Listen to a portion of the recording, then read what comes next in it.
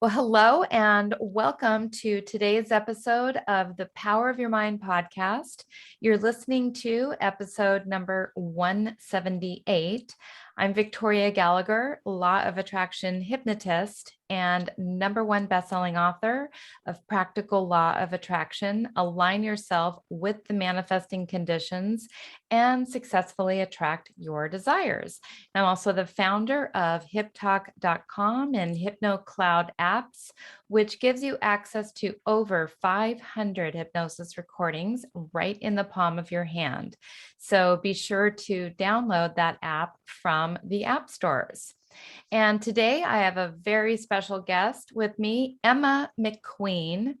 Emma is a business and leadership coach with more than 20 years of experience, predominantly focused on inspiring, empowering, and nurturing women in business and in leadership roles. Emma is a certified Institute of Executive Coaching and Leadership coach, a certified Hogan coach, a member of the Australian Institute of Company Directors, and has experience on several boards in non-executive positions. And she can be found on emmamcqueen.com.au, podcast Tea with the Queen, and Instagram Emma R. McQueen. And her book, Go Getter, is also available on her website, and you can get a copy of that on Amazon. And all of these links and URLs will be available in our show notes, so be sure to check that out. And today, Emma is going to be sharing some of her insights on how to raise your mojo, shift your mindset, and thrive. So welcome to the show, Emma. Thank you so much for having me. I'm thrilled to be here. Yes, I am so thrilled to have you here too, all the way from Australia, Melbourne, Australia. Yeah, it's a beautiful sunny day here. We're very, very blessed. Yes, definitely. It is you're on the opposite climate from the US. So let's see here. We are just at the end of summer. So that means you must be at the end of winter. Yes, we're about to go into spring. Nice. Yes. Well, I am really excited to dive into all the things that you do, empowering women, inspiring women, helping women to thrive, nurturing women, these things that all women really, really need. And, so bless, just bless you for being in that role and helping women to do the thing that that they love to do and help them to be successful at it. Thank you so much. I just think that women have so much potential and we just don't see it in ourselves. And so I'm really passionate about working with one woman at a time to help them understand and see their potential. And sometimes I have to hold the belief and they'll catch up, which is fine. Yes. Yeah. Yeah. Because as women, we don't sometimes see what others see in us. Why is it? What do you think it is that's like differentiates, women achieving success from, from the rest of the, from men? I mean, like, why do women seem to hold themselves back from their full potential of achieving success? Oh, I think there's a range of reasons. I think um, if you think about going for a job, a man will go for a job if he thinks he's 60%, 50% capable of that job. The stats show us, and the research says, unless a woman feels like she's almost got 100% of things, she just won't go for that job. We have, as women, we have different responsibilities to men. Some of us are mothers, some of us are looking after elderly parents. It's not to say that dads and fathers don't do that kind of work, but traditionally it's been the male will go out and do the traditional work and the woman would stay home or do something else, right? And that hasn't moved that much. In fact, the pay gap is still pretty large, at least here in Australia. And I also think we have a mental load going on that is full. We're trying to remember all these bits and pieces, and we're trying to run a business or work full time or make sure the kids are cared for. And also that nasty inner critic that gets in our way, right? That one that says, you can't do this, you can't do that. Unless we really manage our mind well, it runs away with us and tells us that we can't do the things that we simply can do. Absolutely. And you hear so much more often from women about this imposter syndrome. And you almost never hear men talk about that, Yeah. they just kind of seem to, like you said, they'll go for it. Whereas, women, I think, kind of feel like, oh, I've got to have all my ducks in a row. I've got to have it all figured out. I mean, I'll find myself personally, I'll find myself just really needing to spend a lot more time in the planning stage before, really getting, I mean, and so would you say that the kind of a common thing that women deal with is like just, that maybe procrastination, or just, planning it out, or getting it all right, and then, or getting 90% of the way through a project and then completely nixing the project. I mean, Yes. I mean, I think guys do have that inner critic playing out, but I think it just plays out really differently. And I think the reason we hear about women and their imposter syndrome and the inner critic is because women are happy to be vulnerable and tell us. yeah. And so I do think men sometimes do have it. It just plays out super differently. And yes, I think planning is a great procrastination tool. I'm more of a progress before perfection. So let's just get on with it. But I also coach a lot of women who have their own businesses, and we talk about sales, for instance.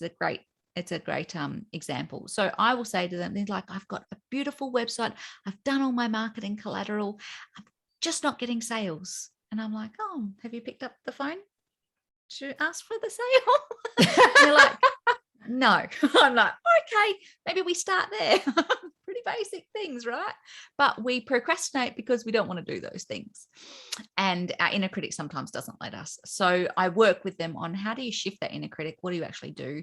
And then how do we unblock that so that your business can thrive? And sometimes doing something for the first time is always scary, but once you get the hang of it, it kind of gets easier. Well, I think it gets easier anyway. Yeah. Okay. So let's dive into like that inner critic, and, where, how we can turn that around. So like confidence, how does one like develop that, confidence, that mojo? Like, how do you Mm, get more of that, that confidence to turn around and pick up that phone and go ahead and yeah. do the thing that you need to do? Yeah. Well, I think confidence is like a muscle, right? You need to build the muscle. And when we're talking about confidence, I will go back and go, okay, what are your strengths? How are you playing to your strengths? Because if you're playing to your strengths, chances are there's a natural strength in there, and that you probably enjoy doing that. So let's do more of that. And that builds confidence. I also think sometimes it's just doing the activity, and then it's like a snowball effect. Yeah, the Mhm. activity gains a little bit of momentum.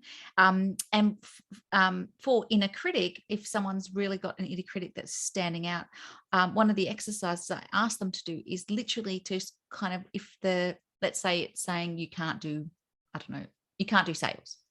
I'll ask them to sit there and kind of spit the words out into the palm of their hand and inspect the words. I can't do Mm. sales. Is that true? Well, Mhm. yes, it's true, because why is it true? Because I haven't tried. Or I'm crappy at sales or whatever. Okay, is that true? And really just inspect what's happening in their brain box and get to a point where they go, okay, I might not be very good at sales because I haven't picked up the phone yet. So how do we fix that? We pick up the phone and then we see if it's true or not. And so I always say, just you have to acknowledge the thoughts, because if you pop the thoughts back without acknowledging them, then that's not useful either. But sometimes the thoughts are rubbish. Sometimes you have to go, actually, that is not true. I am actually better than that. Okay, I failed at this because of these reasons, but do I normally fail? No. And so I think that's how the inner critic plays out. And if we think about sales, because I've talked about that example, I say to people, just pick up the phone and call someone who wants to hear from you in the beginning, like a family member, and say, "Hey, mom, how's your day going? Yada, yada, yada. Just about to do my sales calls." And that will get rid of some of the nerves, and she will love to hear from you. And then you get on and you make your calls. And you're gonna mess that up from time to time. You're going to babble. You're going to hang up the phone and go, "Oh man, I really shouldn't have picked this day to do this." But the reality is, you will also have some really great calls, and so that will bring momentum, and that will get your mojo up, because motivation fades. All those people, all we know is that when you go on a diet, you're gung ho day one. You're like, "Yes, I'm going to do this." And by day, I don't know, 10, you're like, "Okay, this is really tricky." Yeah. And so all you then have is some really good habits and routines in place to help you get through however long you're going to get through for. So I think it's a mixture of making sure that we test our inner critic out, make sure we just do the activity to get going, and make sure you have some really good habits. I think that's such great, wise advice that especially so many people, they don't want to listen to that inner critic. They don't want to actually hear what it's saying. So they'll just, shut up. And, you train people to actually acknowledge it, find out, what it's saying, and test those beliefs out, and literally take it out and look at it on an objective, truthful level. So I think that's really, really smart, because how can you really improve? It's a two-way conversation. I mean, the inner critic is the thing that's holding you back. So there's a negotiation ultimately that has to take place. And so I love that. I take it out, examine the beliefs, and then test. And I also like your example of just picking up the phone and calling someone, just so you can hear your voice. Yeah. I mean, just hearing your voice is a great way to help you to get that, to get over those jitters. Absolutely. And the other thing, some people, so I don't know whether you probably know this, but the tongue has memory. So if you're thinking about phoning someone, or doing a speech, or presenting somewhere, before you do that, stand in the front of the mirror and say the words out loud that you're going to say, because your tongue will trip over some words. And that gives you a chance to correct the words before you actually have to use them. It's like, when you have a difficult conversation with someone and you think to yourself, "In my head, that went so much better than this is gone." Yeah, that's because it's in your head. You need to get it out there, and you need to, one of the ways that I do this, I am a runner. And so when I go for a run, you don't want to hear all this stuff that comes out of my mouth when I go for a run, because I'm either running through a masterclass, or I'm running through a coaching session, or I'm running through a speech. And by the end of the run, I'm like, "Okay, I've nailed it." But there's so many people that don't do that. And I think, okay, just go through it out loud, watch yourself in the mirror, make sure that you do trip over any tricky words, so you can change those words out. And then when you come to say it, it'll, one, sound natural, and two, it'll sound like you've been saying it your whole life. That is awesome. You would crack up if you saw the recordings on my phone. I mean, I record myself when I'm walking, and, like you said, when you're preparing for a seminar, workshop, or a class or something like that. That's great. So let's just say that you're somebody who's, been just trudging along for a while. You've just been at it. You've been just, working, and then you just lose your mojo, and you just like you mentioned, you go along for 10 days or whatever on your diet, and you start off totally on fire, but then by a couple of weeks in, you're just not really into it. And it could be with your business. It could be that you've been in, you've created some great habits for yourself, but then, I don't know, maybe you're just not seeing the results you want, and you Yeah. feel like, God, am I just, what am I doing? I'm not making a difference. I'm not impacting anybody. How Yeah. do you get yourself back into that feeling, that Yeah. on fire feeling that you had in the beginning? Yeah. I think there's a few things that you can actually do. I think that it's about taking stock of where you are and remembering why you're doing what you're doing, because there will be a why. So for me, my why is about impacting women all over the place. I want to help them realize that they have much more potential than they're even tapping into, and that they can get paid what they're worth. And so that drives me. So if there's a little lack of mojo, a little lack of motivation, go back to your why. Why are you doing this? And then I would be thinking about, who am I surrounding myself with? Am I surrounding myself with the right people? I mean, Jim Rohn said you are the sum of the 5 people you hang out with. So sometimes you have to test out who you're hanging out with and are they the best fit for right now? And then I think the third thing probably is about, maybe you need an accountability buddy, someone who's on a similar journey, who you can say, oh, isn't this hard? Yeah, this is hard. Keep going. You've got this. You've got to have cheerleaders in your back pocket, because otherwise life is a bit lonely, I feel. What do you think? It can be. It definitely can be. Yeah, especially if you're not getting any kind of encouragement or acknowledgement. Nobody is seeing the hard work that you put in. And for many entrepreneurs, especially female entrepreneurs, it can be a very lonely process. I mean, I work by myself all day, every day, have done that for the last 22 years. I happen to prefer it. I happen to be okay with it. But I think if I wasn't getting a lot of acknowledgement from the people that are reviewing my stuff all the time, then, it would get really hard after a while, I think. And Yeah. so it can definitely be lonely. So you say to surround yourself with the right people. Can you dive into that a little bit more, and like maybe how do you find this group of people, or Yeah. what kind of qualifications should they have to be people that you want to surround yourself with? Yeah. Well, and it may not be qualifications, but I think the thing that I notice the most for women in business, whether they're in a leadership role in an organization or they have their own business, is that they're still lonely. And not lonely, I don't have enough friends lonely, more, I don't have the people who are going to help me to level up, the people that are going to challenge my thinking, the people that might kick my butt, the person who might cheer me on, the person who says to me, actually, just how are you doing? That nurture person. And I think it's really important to find people who are diverse. So it could be men, it could be women. And certainly in organizations, I ran a masterclass last week about sponsorship, and certainly in organizations, finding those people that will sponsor you in your career. Yeah. So we're over mentored and we're under sponsored. So a lot of women get lots of mentoring, right? But sponsorship is about, actually, I will, in a room full of opportunities, I will talk about you.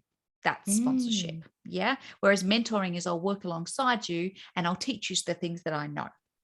Whereas sponsorship has a bit more skin in the game. And so having a sponsor and also surrounding yourself with the right people is super important.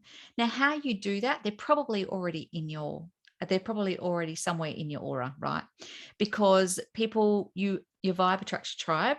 And I think that sometimes it depends on what you're looking for. So for me, I would look for someone. So I'm enough of my own butt kicker. I don't need any more butt kicking. I'm very self-motivated. But what I do need is someone to nurture me and go, hey, are you okay? How's your self-care going? Are you actually keeping up with your meditation? How are you making sure that happens? How's the family going? I need that person. So then I would go, okay, if that's what I need to go out and find the person who's going to do that. And I found a gorgeous man called Richard who's done that for me for 3 years, which is Aw. beautiful. Yeah. And we connect and we catch up, and he's like, how are the family? How are you going? And, we have a long conversation about, am I actually looking after myself? Yeah. And then, So what is he, but like a self-care type of coach, or like? he's just kind of like, he's been around for a long time. He's worked in industry for 40 or 50 years. Mhm. And he's basically like my granddad. Isn't that nice? Oh, nice, nice. Yeah. And he just cares about me and about if I'm happy and how my heart is doing and how my family are doing. And because he knows I'm so achievement focused that we don't actually need to talk about that. Now, if Right. you're someone who is less self-motivated, you might need that butt kicker, the person that goes, come on, Emma, let's move, let's get this going, progress over perfection, all of those kind of things. So where in your circle are they hanging out? Because chances Mhm. are you probably know a few. And it's not like you would go up to them and go, hey, Emma, will you be my butt kicker? It's more around, I'm looking at the people in my circle and I feel like you're one of them. And I'm really grateful for that. And so you nurture that circle as much as you possibly can. And I think there's teachers and there's mentors. Janine Garner does a great book. She's got a book called It's Who You Know, which is all about having the people in your network that are those teachers and those mentors and those cheerleaders and those butt kickers. And for women, we plan our finances, we plan the household, we plan our careers, but we don't plan our network. And sometimes we need to put just a wee bit more effort in to plan our network and go, okay, what do I need right now? And right now doesn't mean forever, by the way. I think some people get into an arrangement where they have someone for a small period of time, as say a mentor or a coach or just a butt kicker or an accountability buddy, and they don't necessarily set up the rules very well. So then it kind of fizzles out, and or you grow away from each other, or that's not what you need anymore. And you need to be able to go, hey, this is not what I need anymore. I need to change depending on what your goals are. So I think it can change over the years as well, by the way. But I also think just actually going, okay, who is in my network? And are the people that are going to help me lift my own capability? Am I the person in the room who is doing really well and therefore I need to find a different room to sit in? Sometimes you Mhm. walk into a room and you're like, okay, I feel like I'm learning things, but probably not to the extent that I could be learning things. So maybe I have to shift rooms, and that could be about revenue, that could be about learning, that could be about, any of those things. But I think sometimes we just need to keep stretching and challenging ourselves and growing. And that means different support. Yeah, that's such a great point. Like I remember back in the day when I was a stockbroker, you would have these different levels of production. Some people were $1 million producers, some people were $2 million producers, some people were $500,000 producers. But if you're the $2 million producer, you're going to pretty much stay the $2 million producer if there's nobody that's a $5 million producer. Yeah. And so at some point, and I have found for myself, I tend to be like the most motivated person or the most, high achiever in my group. So, so that means that, that was kind of like a little bit of a aha moment that, yeah, I kind of need to step into bigger circles of people that I'm hanging around with that are doing better. I mean, I know there are people out there that are doing much better than I am. I'm just not hanging around with them. I'm usually the person in my circle that is doing the most. So how does a person expand their like how do they expand that? How do they get into these other networks? And Yeah. How do they make the because shift? Yeah. yeah, Yeah. exactly. I think it's about, well, firstly, it's about acknowledging, holy dooly, I probably need to do something differently. Yeah. Because if I'm in the wrong room, how do I get into the right room? What is the right room? So I think it's a little bit of research, and I think it's about just okay, so I may have outgrown this room. So where's the next room? Where are these people hanging out? And depending, they might be hanging out in another entrepreneurs group. I mean, you might be running a business that has a revenue of $50,000, and you might be hanging out in a room of people who are running businesses of 100,000. Well, that's going to work. But if you're running $1 million business, you need to hang out with multi-million-dollar business people, right? So where do they Right. go? So I think I think we kind of know. I think if you were to sit down and I was to say to you, Victoria, write down 5 places that you think people that are in a different room to you are hanging out, I reckon you could do it. And then you would just research it, and you would go and you would have a little look to see if that's what you want to do. And it's easy to do now, right? Because so online, like Facebook groups and other groups and entrepreneurs organizations, and there's so many groups that you could join. The trick is not to join too many. because Yes. otherwise you're going to split yourself in 50 million pieces, which is not nice either. So I think it's about just doing a bit of your research, recognizing that that's what it is. Talking to an entrepreneurial friend is really helpful. So I feel like I've outgrown this. Can you help me do some thinking around where else I might find a new room, for instance? And I reckon between the two of you, you'd probably come up with 4 or 5 ideas. Yes, yes. Well, and then that kind of leads me into my next question, which is some people will turn to a coach Yes, to have, to be able to get them out of that, just to shine a light on those blind spots that they yes, might have. I think everyone has blind spots, everyone. And absolutely. so, having somebody that's there to shine a light. But tell me a little bit about why some people have personal coaches, why some people have business coaches, or both. Yeah, I think it's all about self improvement. I think if you're looking for a coach, you realize that you don't know everything and there's still things to learn. But also, people hire me for really different reasons. So I have a number of CEOs that I coach, and I act as a sounding board. So I spoke to one of them yesterday, and she was like, "This is really hard." I'm like, "I know." And she didn't ring me for answers necessarily. She just rang to go, I just needed someone. It's lonely at the top. I needed someone to talk to. But the recognition that she needed that is what it's all about. And I think people have coaches for all different reasons. You can have a life coach, a personal coach. I happen to be an executive coach. And I think that it helps you to level up in whatever part of your world that person is coaching you in, right? It's like having a personal trainer. You get an accountability buddy because they kick your butt if you don't do what you need them to do. You Mhm. have to front up to them, right? And they're helping you with your health. Executive coach is no different. They're helping you with your business or your mindset. I think most things, I think 80% is about mindset. If you've got the right mindset and you've got these things in play, your meditation, your self-care, you're looking after yourself, you're making sure that you manage that inner critic, etc., then the 20% is implementation. Yeah.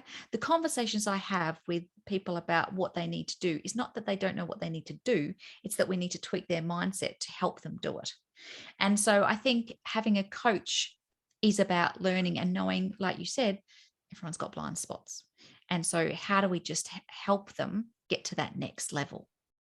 And what is that mindset like? What is the growth mindset that you help those people to achieve? Yeah. So Carol Dweck first termed the coin growth mindset. And growth mindset is all about um, actually, I'm not born like this. I can change how I learn, what my skills and capabilities are, and I can grow. If you have a growth mindset, you don't see failure as I'm just bad, I can't do this. It's actually, what's the lesson in it? What's the opportunity here? How can I be better? What can I do differently? Always an opportunity to grow. And I think when you've got a growth mindset, it just helps you, it does actually help you be a bit more resilient because you can bounce back a bit quicker. And so for me, if I have something that happens to me, um, I'm pretty optimistic. In fact, my children tell me I'm the most optimistic person they've ever met. So that's pretty good. So it takes a lot to get me down. But if I don't know, if something happens and I have to kind of I have a situation where it's not gone as well as what I thought it would, I'll allow myself, like half an hour. I'm pretty harsh on myself. Allow myself half an hour to go, okay, what happened? What did I do that was great? What did I do that wasn't great? What will I do next time? And then I just kind of bounce out of it. And I think sometimes when you've got a fixed mindset, you just sit there and you're like, I can't change. It's black and white. If I can't do this now, I'm never going to be able to do it. It's a bit more doomy, gloomy. And having a growth mindset means actually, I can do this. I've got this. It might take practice, but I've got this fundamentally. So it's really about being more adaptable, allowing yourself to be open to what do I need to change about myself in order to make the situation work better.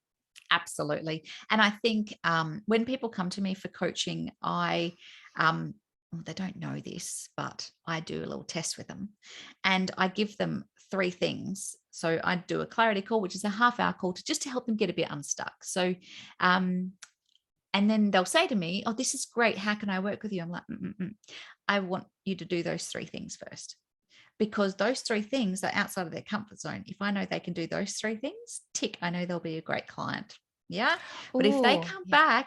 back, and go, "I haven't done those 3 things, but I still like you to coach me," I'm like, well, how's that going to work? Why? Yeah. Why? And my clients tell me that I am not for a coach that is not for the faint hearted. Yeah. I really love that. Because well, number one, I'm kind of that way myself. So I can identify with that. And I like to hold people accountable for what they say that they're going to do. And even if that kind of seems a little mean, it's not. It's really you all you're doing is really you're talking to their programs. It's not them, that's holding themselves back. That's their programs. And so, and I love that you give them a little test, like, Yeah. are we a good fit? If you're not going to do the work, and yeah, it really, really makes a lot of sense. I mean, I was on a call yesterday, and I said, and she talked about how she was lacking motivation, and I said to her, "Okay, well, I want you just to try, a couple of things, and let me know how you go." And she was like, "Well, how do I work with you in the long term?" I'm like, "Well, let's not worry about that for right now. Let's just try those things and see how you go. Get back to me and let me know." It's such a good way to see if people follow through, right? Mhm. Within 3 hours, she'd gotten back to me. "I've done this, and I've done this, and I've done this." I'm like, "Oh, brilliant." And so I set her a few more challenges.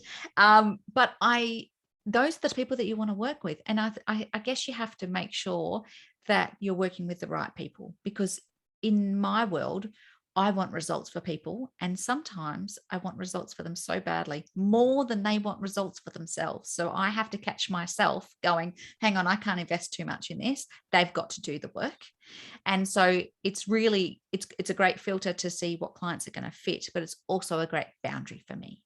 Yes. No, I really, really love that. And I think that more coaches need to incorporate something like that so that they know, I mean, is my coaching even effective with this person? Because not every coach and client is going to be a good fit.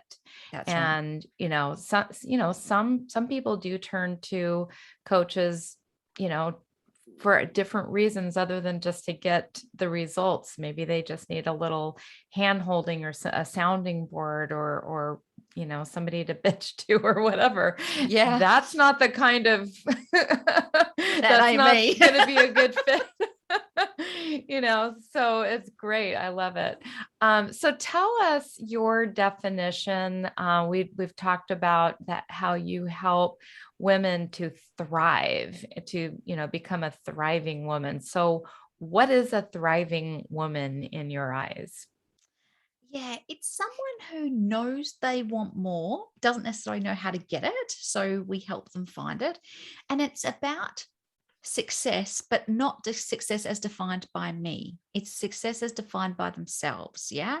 So it may be revenue, it may be happiness, it may be um, good work-life balance, although I hate that kind of thing because I don't think there's such a thing. But it could, whatever they want the results for themselves. And um, I just think if there's more women thriving, it spurs on more women who are watching them thrive, and has a ripple effect for women all over the world. When you see someone thriving, don't you look at them? I look at them and go, "Oh, wow, they're doing amazing things.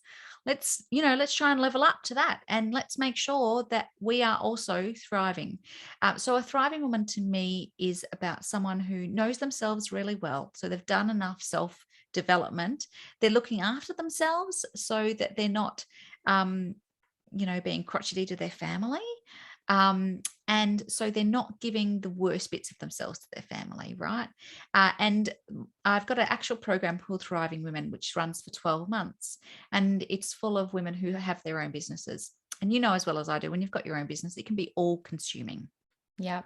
And so what we want for them is for it not to be all consuming. We want the systems in place and the processes in place and their mindset in good shape, which means they have to make sure that they're looking after themselves physically.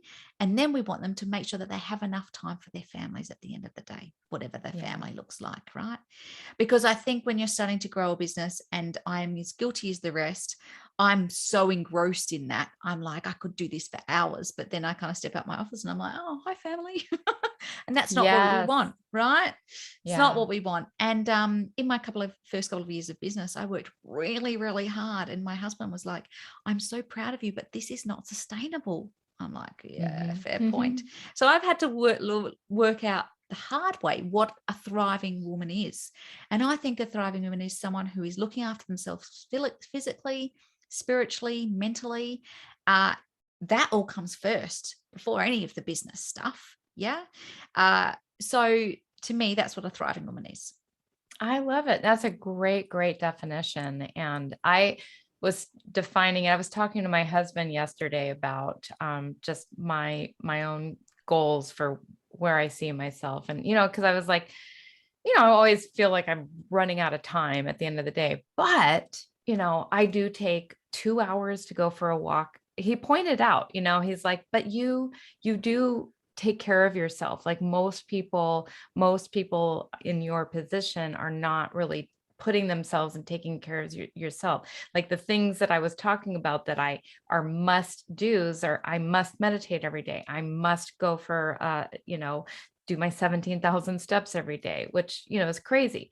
I must drink all my water. I must take my vitamins. And so those are things that I definitely put on high priority. And, even though, it does still feel like, oh, I run out of time by the end of the day, at least I'm not cutting out things which I used to do. Yes. You used to cut out those things, and then that's pure failure. But for me, I define it as like one day actually uttering the words, I'm bored. That's what being a thriving woman means. Uttering one day, I'm bored. I love it. Right? Because that means I'm like, done everything on your list. Like I've got it all done. Like I've got a thriving business. I am bored. Like I'm so bored right now. Oh man, to be bored. I don't even know how that feels. I can't even imagine it either. So that to me, like that's the epitome of success, to finally utter those, like I've done everything I've just done it all. I'm bored. It's never ending. It's never ending when you've got your own thing, is it? It's never ending. Yeah. I totally get it. Well, this is what makes meditation and your fitness stuff so important. I mean, I meditate every day, and I meditate first thing in the morning. So my habit, I've got a habit stack in the morning. I wake up and I do a body scan, see how my body's checking on my body. I do 3 things that I'm grateful for. I go into the kitchen and I get a glass of water and I do that. And then I meditate. This is before the family even gets up. And I feel like it sends a signal to the universe that I'm important. And so I'm going to do this for me straight up. And that helps me get through whatever the day is. And also I hear a lot of women talk about, I don't get enough me time. I don't get enough time to myself, yada, yada, yada. And this gives me time so that at the end of the day, if I don't get any more time in the day, I know that I have nailed those first moments. And I can tell you, I'm a little bit cranky if I don't get that. If for some reason it doesn't happen that way, I'm like, the moment I can, I will get to go and meditate because that's my thing. So yeah, it's really important. Yeah. When you've been doing it a while, you can definitely feel the difference if you haven't done it. So it's super important. So this has been a really amazing interview. You've definitely given us a lot of insight into, how to become a thriving woman, how to get motivated, how to develop the confidence, why it's important to surround yourself with motivated, high achieving people, how to get your mojo back. You've got just really, really been generous with your information, and you're going to be even more generous with your information when I let my subscribers, my listeners know what you're giving away to them for just being a listener here. And so you have a little ebook basically that gives people 5 mind tricks that uber successful women use to unlock more business and career success, which is amazing. And so all they need to do to get that is to go over to this page on your website, emmamcqueen.com.au /5-mindset-tips/. And that, if that's a mouthful, just come over to the Power of Your Mind podcast show notes, and you can just go ahead and click and get yourself a copy of that. But that's going to just be 5 more hacks that you can use to really turn up that success-oriented mindset. So thank you so much for that. And thank you for being a guest today. It's been really enlightening. Oh, you're welcome. Thank you so much. I mean, as you probably gathered, I'm a pretty practical kind of gal. So hopefully the 5 tips or tricks will help people just put some things in place that maybe has been missing. And hopefully they've learned something as we've gone as well. Thank you so much for having me, Oh, Victoria. you're welcome. And I also encourage you to go over to the website as well and grab a copy of her book, Go Getter, which is also, it's available on her website in paperback. It's also available on Amazon. You can get it paperback or digital.